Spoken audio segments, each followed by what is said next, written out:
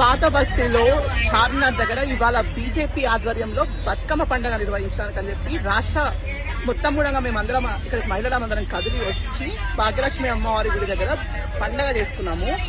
కానీ ఇక్కడ కళ్ళు పుట్టినటువంటి తురకముండ అడుకులు ఇవాళ మా మహిళలు అందరం ఉన్నటువంటి ఒకసారి చూడండి, ఇంతమంది మహిళలు ఉన్నటువంటి ఒక బస్సు పైన మా బస్సు పైన ఒక ఆటో డ్రైవర్ వచ్చి దాడి చేస్తాడు.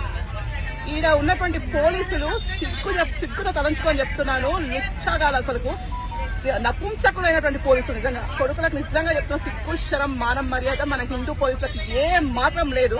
ఇక్కడ వచ్చినటువంటి ఆడ మొత్తం మహిళల మీద మొత్తం వచ్చి దాడి చేస్తా ఉంటే కూడా కనీసం ఆపడానికి ప్రయత్నం చేయలేదు వీళ్ళు ఇక్కడ ఉన్న వాళ్ళు.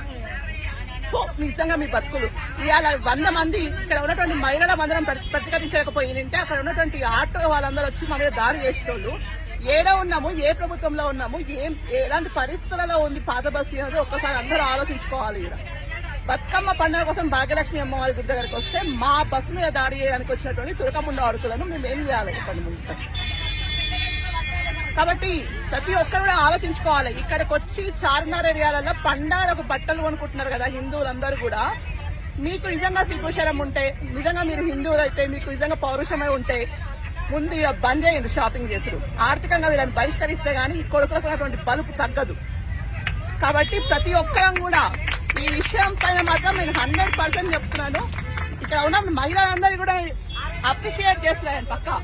మీకు అందరికి కూడా శుభాకాంక్షలు. నవరాత్రులలో మన యొక్క మహిళా శక్తి ఏదో నిరూపించారు మీరు అందరు కలిసి. మహిళా శక్తి అంటే ఏందో ఇవాళ ప్రతి ఒక్క పాత బస్సులో ఉన్న ప్రతి ఒక్క తుర్కోని కూడా మేము చూపించామని చెప్తున్నాం. ఇంకా నమస్తే, భారత్ మాతా కీ జై.